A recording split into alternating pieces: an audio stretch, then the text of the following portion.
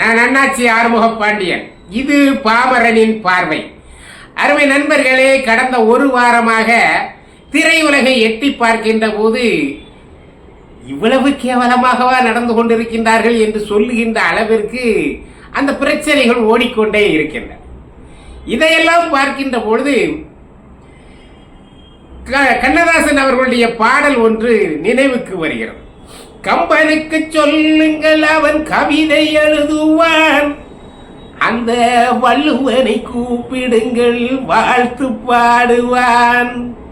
அவள் பெயரோ அகலிகை 60 ரூபா, இவள் பெயரோ அருந்ததி 20 ரூபா. பத்தினிகளின் பெயரை சொல்லி பாவச்செயலை கூட்டிவிடும் பாவிகள் சாமி. கற்பை பாருங்கள் சாமி. கற்பாம் மானமாம் கண்ணகியாம் சீதையாம் கடை தெருவில் நிற்குதடா, ஐயோ பாவம் என்று கண்ணதாசன் அன்று பாடியது இன்று கேரள திரையுலகினருக்கு பொருத்தமாக இருக்கின்றது. ஒரு நடிகை என்பவள் ஒரு படத்தில் நடித்தால் அவளுக்கு 5 லட்சம் வேண்டுமானால் கொடுப்பார்கள் புதுமுகங்களுக்கு, அல்லது 10 லட்சம் வைத்துக் கொள்ளுங்கள், 20 லட்சமே வைத்துக் கொள்ளுங்கள். ஆனால் அந்த நடிகை ஒரு வருடத்திலே கோடிக்கணக்கான சொத்துக்களுக்கு அதிபதி ஆகுகிறாள்.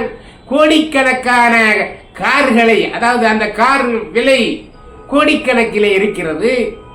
இந்த பணமெல்லாம் எப்படி வந்தது என்று யாரும் கேட்பதில்லை. எல்லாம் அந்த அட்ஜஸ்ட்மெண்ட் தான். கேரள திரையுலகில் மட்டுமல்ல, திரையுலகிலேயே ஒரு வார்த்தை இருக்கிறது, அட்ஜஸ்ட்மெண்ட். இந்த அட்ஜஸ்ட்மெண்ட் பண்ணினால் நீங்கள் பணக்காரனா ஆகிவிடலாம். அதுதான் விபச்சாரம். பெரிய பெரிய முதலாளிகள், பெரிய பெரிய தயாரிப்பாளர்கள், பெரிய பெரிய ஹீரோக்கள், இவர்களுக்கெல்லாம் இது நடந்து கொண்டு இருக்கிறது. அது கண்டும் காணாமல் போய்கொண்டிருக்கிறது. ஒவ்வொருத்தரும் நமக்கு என்ன என்று நினைத்துக் கொண்டிருக்கின்றார்கள். ஆனால் இந்த நடிகைகள் எல்லாம் அதை வாங்கி தங்களை வசதிப்படுத்திக் கொண்டு, அதன் பிறகு மார்க்கெட் இல்லாமல் போன பிறகு என்னை அவர் பாலியல் துன்புறுத்தலுக்கு வற்புறுத்தினார் என்று சொல்லி இன்றைக்கு தெருவிலே இழுத்து விட்டிருக்கின்றார். இதுதான் நடந்து கொண்டிருக்கிறது திரையுலகில். இது மறைமுகமாக அன்றும் பேசப்பட்டது, இன்றும் பேசப்பட்டது. ஆனால் இன்றைக்கு அந்த ஹேமா கமிட்டி என்று ஒன்று வந்த பிறகு அதிலே ஒரு பிரபல நடிகை ஒருவர் புகார் கொடுத்ததின் விளைவாக அது 2017 கொடுக்கப்பட்டு அது விசாரிக்கப்பட்டு அதனுடைய அறிக்கையை 2019 அரசிடம் கொடுக்கப்பட்டாலும் அதை படித்து பார்த்த அரசு இதிலே பெரிய பெரிய முதலாளிகள் எல்லாம் சிக்கி இருக்கின்றார்கள், பெரிய பெரிய ஹீரோக்கள் எல்லாம் சிக்கி இருக்கின்றார்கள் என்று சொல்லி அதை முடக்கி வைத்து விட்டது. ஆனால் சட்டத்தின் வழியே சென்ற சில பேர்கள் அதை வெளியே கொண்டு வந்து விட்டார்கள். இப்போது அந்த அறிக்கையிலே கேரளாவில் இருக்கின்ற முக்கிய நபர்கள், குறிப்பாக திரைப்படத்திலே நடித்துக் கொண்டிருக்கின்ற ஹீரோக்கள், தயாரிப்பாளர்கள் எல்லாம் இது அவர்கள் மீது நடவடிக்கை எடுக்க வேண்டும் என்பதை போல அந்த அறிக்கை சொல்லி இருக்கிறது. ஆகவே இந்த பாலியல் வன்கொடுமை என்கின்ற ஒன்று இருக்கக்கூடாது என்பதுதான் நியதி. ஆனால் இருந்ததற்கு யார் காரணம் என்று நாம் யோசிக்கின்ற போது, நாங்கள் எல்லாம் பெண்கள், எங்களைத்தான் வற்புறுத்தப்போம். உங்களை யார் பெண்கள் என்று சொன்னார்கள்? இதைதான் நான் என்னுடைய பாமரனின் பார்வையிலே பார்க்க போகின்ற போது, சாதாரணமானவர்கள் நடிகைகளை பெண்களாகவே பார்ப்பதில்லை. அது வேறு ரகம். ஏனென்றால் பெண்ணுக்கு இலக்கணம் அச்சம், மடம், ஞானம், பயிர்ப்பு என்கின்ற 4 இருந்தால்தான் அவள் பெண். அப்படி இல்லை என்றால் அவள் வேறு. ஆனால் நீங்கள், உங்களுக்கு அச்சம் கிடையாது, நாணம் கிடையாது, பயிர்ப்பு கிடையாது, ஒன்றுமே கிடையாது. ஒரு ஆண் ஒரு பெண்ணினுடைய உடம்பை தொட்ட உடனேயே கூச்சல் பட்டு கையை இழுத்துக் கொள்கின்றவள் தான் பெண். ஆனால் நீங்கள் எத்தனையோ ஆண்களோடு உரசுகின்றீர்கள். ஆகவே உங்களை பெண்கள் என்று சொல்வதற்கு இலக்கணத்தில் இடமில்லை. ஆகவே உங்களுக்கு ஏற்பட்டிருக்கின்ற பிரச்சனைகளை ஏன் முதலிலே சொல்லவில்லை என்றுதான் இன்றைக்கு பாமர மக்கள் கேட்கின்றார்கள். இது ஒரு பக்கம் இருக்கட்டும். ஏனென்றால் கேரளாவில் நடக்கிறது நமக்கு என்ன. ஆனால் இந்த எங்க ஊர் பக்கம் ஒரு கதை சொல்வார்கள். ஒரு இடத்துல தீ பிடிச்சிருச்சு. இப்ப தீ பிடிச்ச உடனே தீயை போய் அணைக்கணும், தண்ணியை கொண்டு ஊத்தணும், இதுதானே வேலை. ஆனால் ஒருத்தன் மட்டும் தீ பிடித்து விட்டதே என்று சொல்லி தன்னுடைய வீட்டின் மீது தண்ணியை ஊற்றினான். ஏன்னா ஏப்பா அங்கெல்லாம் தீ பிடிச்சிருக்கு, இங்கே ஏன் ஊத்துறேன்னா, இல்ல அங்க உள்ள தீ இங்க வந்துடும், என் வீடும் பிடிச்சிருக்குல்ல என்று சொன்னதை போல இன்றைக்கு தமிழக திரையுலகமும் அல்லாடி கொண்டிருக்கிறது. அந்த பிரச்சனை இங்கு வந்து விடுமோ என்று பயப்படுகிறது. அவர்கள் வயிற்றிலே இன்றைக்கு நெருப்பை கட்டிக்கொண்டு தமிழ் திரையுலகத்தில் உள்ளவர்கள் எல்லாம் இருந்து கொண்டிருக்கின்றார்கள். இப்படி இருக்கின்ற வேளையிலே நம்முடைய ராதிகா அவர்கள் குரல் கொடுக்கின்றார்கள். அந்த பெண்களுக்காக, நடிகைகளுக்காக, தன்னுடைய வர்க்கம் என்பதற்காக அவர் குரல் கொடுப்பதை போல பேசியிருப்பது பல பேர்களுக்கு எரிச்சலை உண்டு பண்ணுகிறது.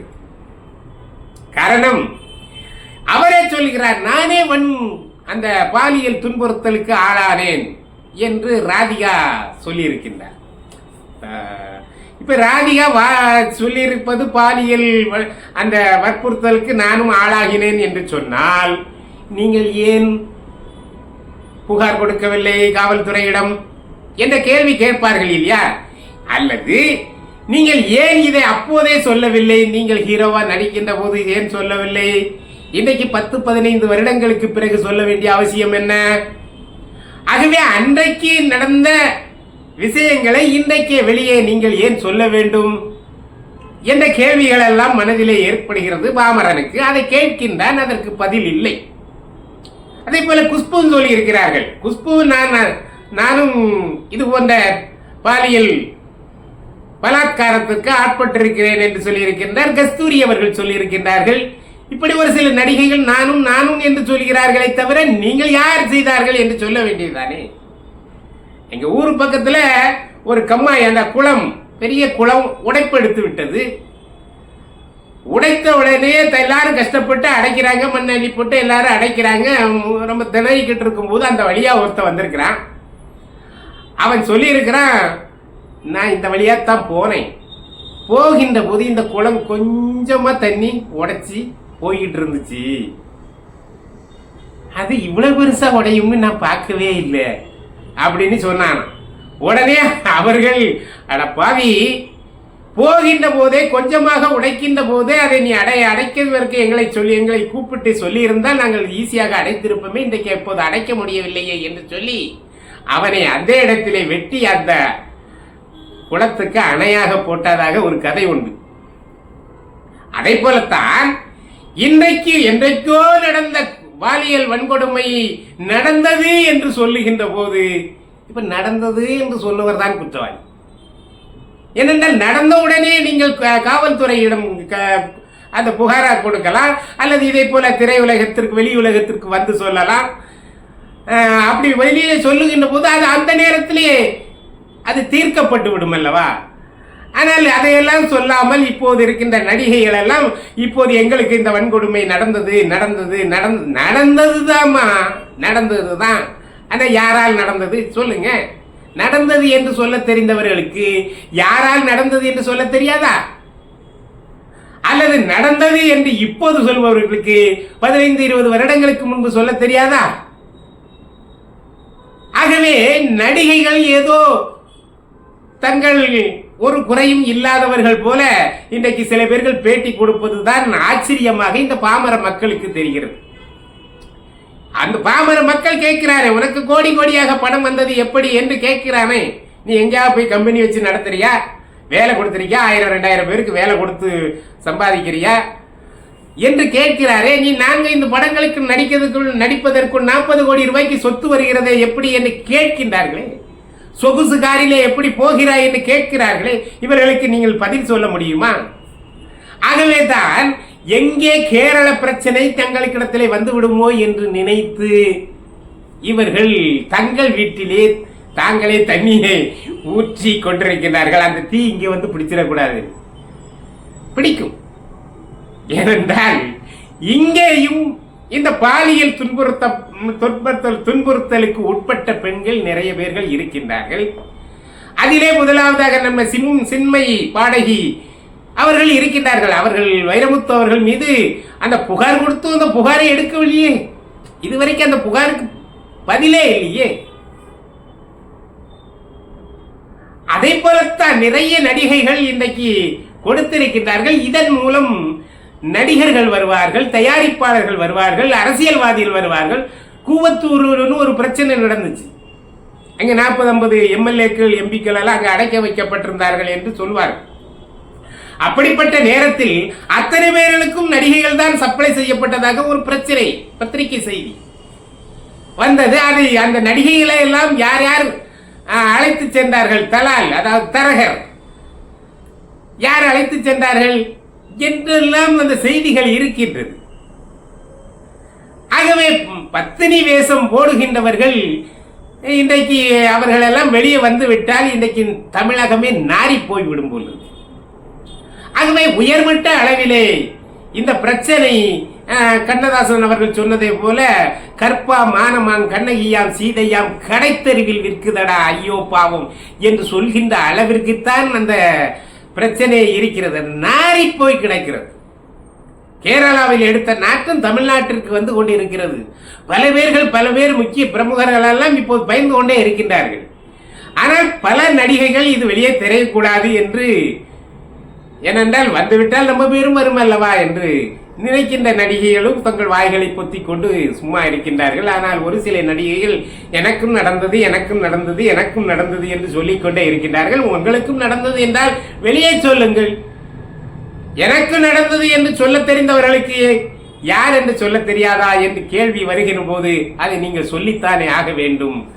ஆகவே கேரளாவில் நடந்த அது போன்ற ஒரு சம்பவம் தமிழ்நாட்டிலும் நடக்கும் என்றால் கேரளாவில் நடிகர்களுக்கு மட்டும்தான் இந்த பிரச்சனை இருக்கிறதாக அந்த ஹேமா கமிட்டி சொல்கிறது.